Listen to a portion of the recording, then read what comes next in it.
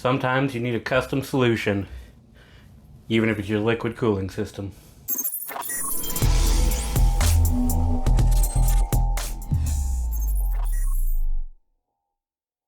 Welcome to Simple Rud. In this episode, I'm going to be going through and, well, custom fabricating, I guess is what you would call it, a reservoir. Now, I have the custom Meshilicious and did a lot of research trying to find, the reservoir that I liked and that would fit. And I really liked EK's FLT80. What I didn't like is that you can't use it as a standalone reservoir. It has to have the DDC. And well, there's not much room in the back and not much room in the front without, well, you get it. So I decided to buy some 30mm tubes, do a little bit of design work, some 3D printing, and see if I can get, my own custom setup. Now, a normal reservoir, your average one, the cylinder is about 50mm in diameter. So it's, considerably smaller, especially when you think the inside of it is actually 24mm. But the outside is 30. Now, I have gone through multiple iterations, and this is still unfinished 3D printing. So I will be going through and, well, making it look better, because at the moment it doesn't look great. So I've done, different lengths as well. Originally, I wanted it to be an 8-inch cylinder. And what I ran into is, I had to 3D print me a mock-up of EK's DDC pump with, their top, which is what I actually have and what I'm going to try and stuff in here. Now the goal is to have it here, right? So when I was sitting at 8 inches, it was kind of down here to where you got really difficult on what you were going to do with the bottom end of that, because you still have to have fittings and tubes and everything else to get stuff from A to B. So by rising that up 2 inches, I'm able to fit my T-fitting like I want, so I can have my temp sensor and all of that attached. Now before I get too far, don't forget to subscribe. This project is far from done. So I'll be doing a custom front panel, custom top panel, and some custom legs, and whatever else custom I feel like adding, like the reservoir. Now, the top and bottom are 3DX Tech ESD PETG. I love this material. Not only is it easy to print, but it's really strong. And it should hold up. So I'm going with Mayhem's Nuke for the liquid, which has been tested under PETG, which, the tubes on Wayne Tower were PETG. This one will actually be PMMA. So that should be even better than the PETG. However, my side panels, I went with just a tough PLA, right? Because they don't have to do anything fancy. The inside of the case is not going to get extremely hot to where it should warp anything. However, with these parts being 3D printed, it still poses as, well, kind of a weak point in the system, if you want to put it that way. So it's something that I'm going to have to monitor and check and stuff like that.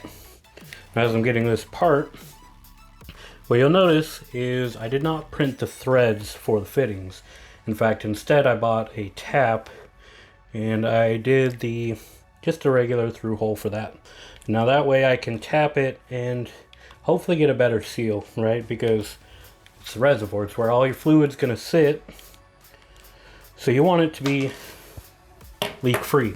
Now the nice thing about where I have it located in the system is if it does leak, it's just gonna leak on my desk. Not, exactly what I want, but it's not all over components destroying the computer. So at least it's out of the way in that sense. Now, on this first one, get this last screw out. On this first one, I tried to contact all 4 screws on the reservoir. And the problem is, once you get that tube in there, it just completely blocks your access to these two in the center. And really, the top and bottom is going to be plenty strong enough, but you did get a little warping that I tried to fix with, you know, a little extra material there. So you still got a little bit of flimsiness down here, but the rigidity of where I need it for the cylinder should be good. And I've got this for the outside. Now again, these still need cleaned up and painted. But before I do any of that, I want to make sure everything fits and is done correctly. So part of that, I did get Corsair's hardline tube bending cutting kit. Yeah. So since I did get Corsair tubes, because I love the look of the frosted tubes, I wanted to make sure that I had, you know, the proper tools for doing that, because you can't use the same type of cutter you use for Pet G. It's a PMA or acrylic.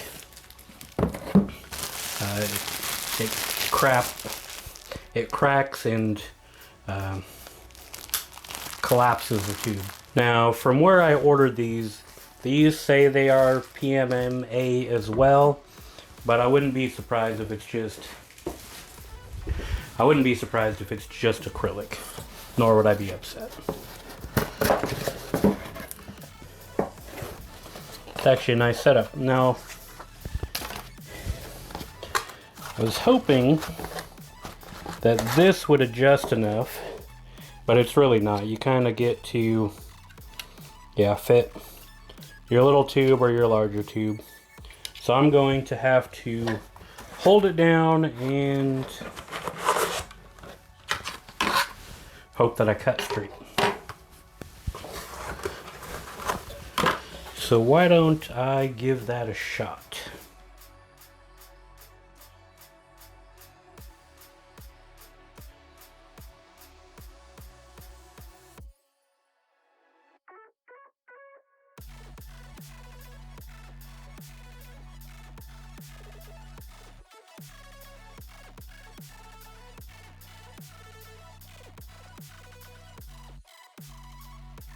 Now, since this tube was a foot long, I now have two plausible pieces.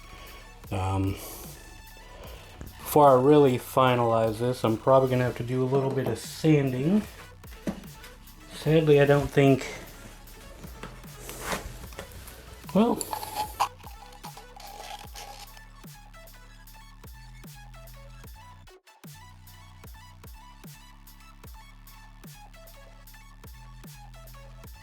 Alright, so the great thing about how this is designed is it actually works for this tube. So that was handy. I do have O-rings to put in the top and bottom. Now I haven't tapped the top and bottom, but I wanted to go through... Oh man, this stuff is messy. So I haven't tapped these yet. I haven't painted this or anything either, but I want to test fit the height and the fit of the cylinder itself. So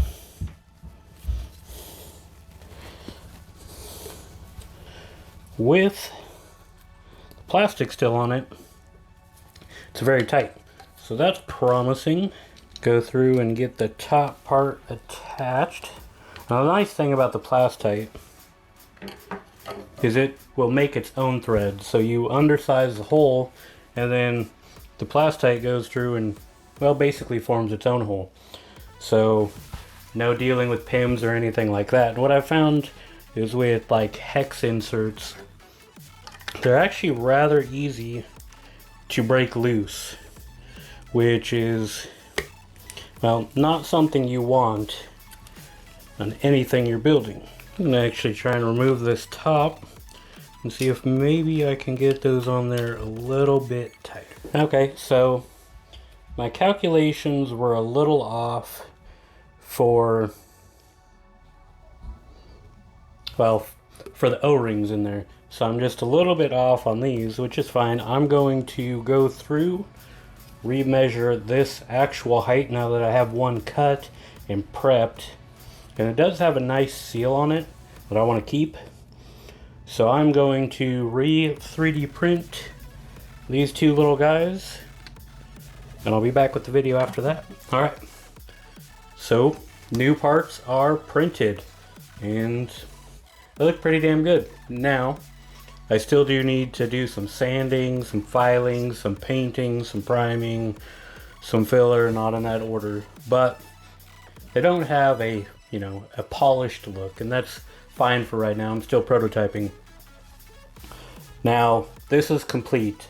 What I am having difficulty with is sealing the top and the bottom, so water comes up through around the cylinder. So what I have to solve that is some Loctite waterproof sealant. Now, when these are all completed, what I will do is I will put that inside around the cylinder, pop these tight, torque it all down while it's still wet, let it dry, then leak test it again. And if it doesn't work then I guess I'm reprinting everything and going with the other tubes I have until I get something that's leak proof. But conceptually, this is done. It works, it fits, and it only, well, it doesn't work yet. But the bottom and top is tapped, so perfect for G-quarter, just like all your other fittings.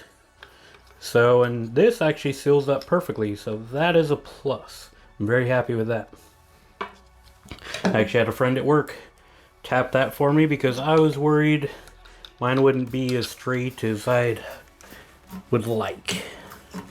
And well, if your fittings are coming out of there crooked, it's going to kind of take away from the whole build.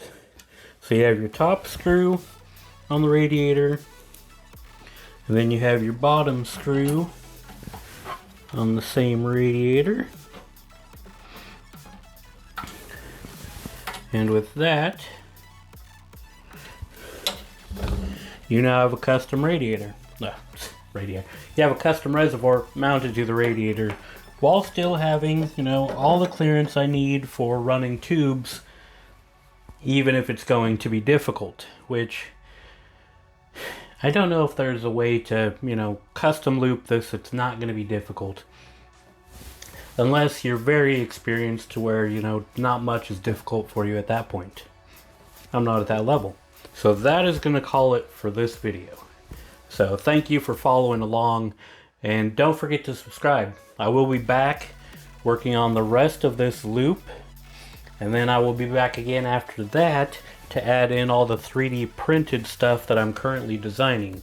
So my goal is to design a new front panel, of course, to hide the fans, a new top panel so I can put another 140 up there, and then I'm going to put some leg runners on the bottom as well, so I can, you know, lift it up for one and kind of hide that for two. Depending on how I go with the DDC, if I'm not able to fit the heatsink due to height limitations, then I will be putting a 80mm fan on the bottom as well. So, you know, 4 fans, well, I mean, at that point it'd be 7 fans on a case that normally doesn't see that many. So with that, that's probably enough rambling. Thank you for watching.